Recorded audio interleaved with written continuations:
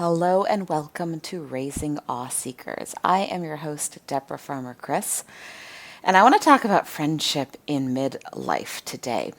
Last week, a friend texted me a picture of a bird that was perched in this moss woven nest on her front porch.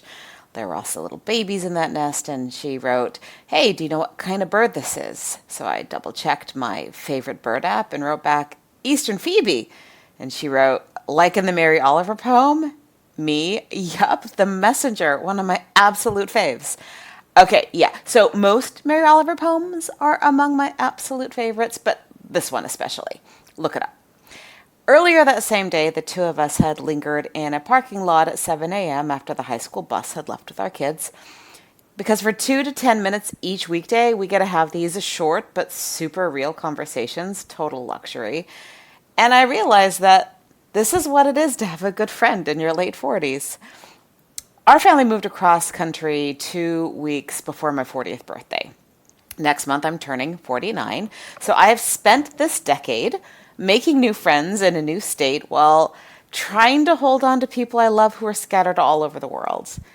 Making friends in your 40s, it just hits differently than middle school or high school or college or just out of college or as newlyweds.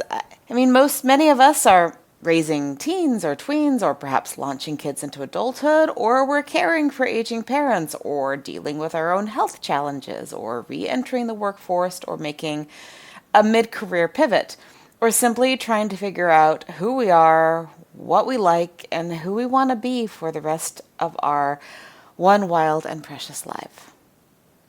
So when I was in college, I don't know what I imagined my social life would look like at age 49.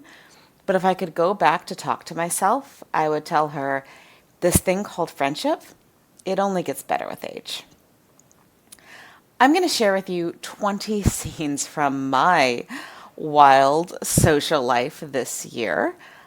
Number one, friendship after 40 looks like voice texting three moms at your kid's school because you signed up to run a booth at the Spring Festival and now someone in your family is sick and you can't make it.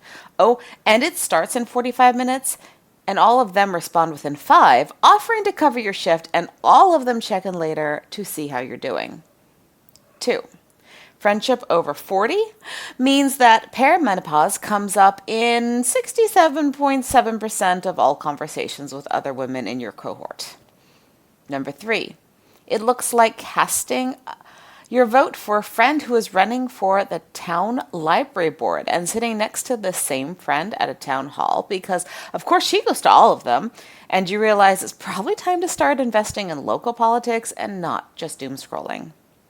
Number 4, friendship after 40 means that some of your best conversations happen in supermarket parking lots, and that running into a friend in a parking lot can feel like an absolute gift from the universe.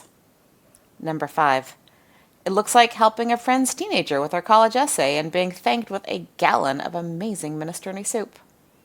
Number 6, friendship after 40 looks like texting two friends about a sports scheduling snafu and discovering that one is knitting while at a town council meeting, one is needle pointing after writing a board report, while you are hemming the skirt your teenage daughter found at a thrift store earlier that day.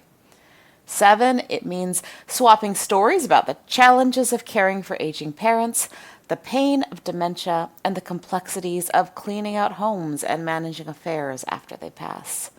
8, it looks like a power walk on a local trail at 7 a.m. on a Sunday before your kids are awake so a friend can confide in you about a loved one's mental health struggles. And at the end of the walk, you get the best hug ever because friends over 40 know how to give great hugs.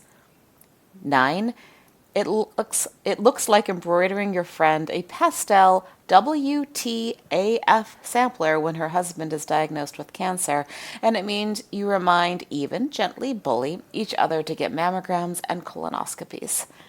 10, friendship after 40 means setting calendar reminders for birthdays, but also attempting to remember death anniversaries for parents and children and spouses.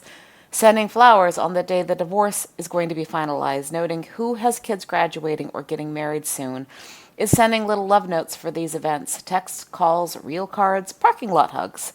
Sometimes a week or 2 or 10 late, but that's okay. our executive function skills are all stretched to the breaking point. 11. It looks like putting a "you're going to love this book" in a friend's mailbox even though you haven't had time to meet for coffee in months. 12. It looks like a young dad in the neighborhood pulling over to say hello while you are out walking the dog. He's coming home from buying milk. He's tired, toddler isn't sleeping, 3-year-old is regressing with potty training, new baby on the way. Can he ask you some parenting questions? You know that he mostly just needs a friendly reassurance from someone who has been there. 13.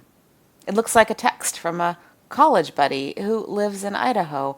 Her daughter attends a college near you and needs a place to store her cello for the summer. It looks like meeting this daughter in a parking lot and getting teary because she looks so much like her mother, someone you first met over 30 years ago. 14. Friendship after 40 means finally meeting that work friend you have been Zooming with for years and spending a 4-hour train ride turning that work relationship into like a real life friendship. 15.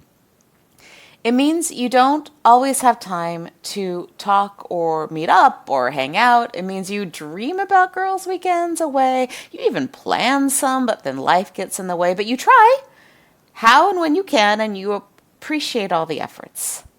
16. Friendship over 40 involves dropping 1990s rom-com references, remembering your personal choreography to "I Think We're Alone Now," and belting out every word of "I Will Survive" and "Total Eclipse of the Heart" when a critical mass gets together. It also means realizing you are no longer Sophie, you are Donna, and it is all slipping through your fingers all the time. 17. It looks like being brave enough to go to an event at your kid's new high school and slapping on a name tag and striking up a conversation with another cross-country mom and bonding over how grateful you are that your kids have found such good friends, including each other. 18.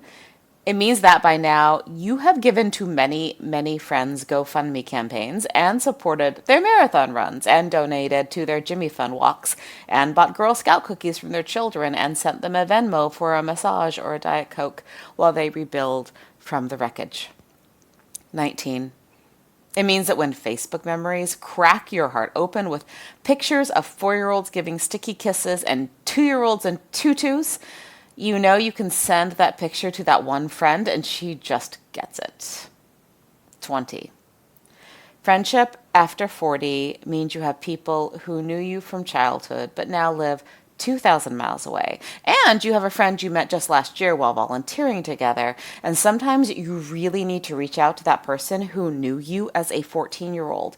And sometimes you really need a hug from the person who knows the right you, the right now, right here you. And you are grateful for and need both friends, all the friends, all the love, all the hugs. And just to bring it full circle, The Messenger, that Mary Oliver poem, here it is. My work is loving the world. Here the sunflower, there the hummingbird, equal seekers of sweetness. Here the quickening yeast, there the plums, here the clam deep in the speckled sand. Are my boots old? Is my coat torn? Am I no longer young and still not half perfect? Let me keep my mind on what matters, which is my work, which is mostly standing still and learning to be astonished. The Phoebe, the delphinium, the sheep in the pasture, and the pasture, which is mostly rejoicing, since all the ingredients are here, which is gratitude, to be given a mind and a heart and these body clothes, a mouth with which to give shouts of joy to the moth and the wren, to the sleepy dug-up clam, telling them all, over and over, how it is that we live forever. And with that, go text a friend and tell them how much you love them. I am Deborah Farmer Chris, and this is Raising Awe Seekers.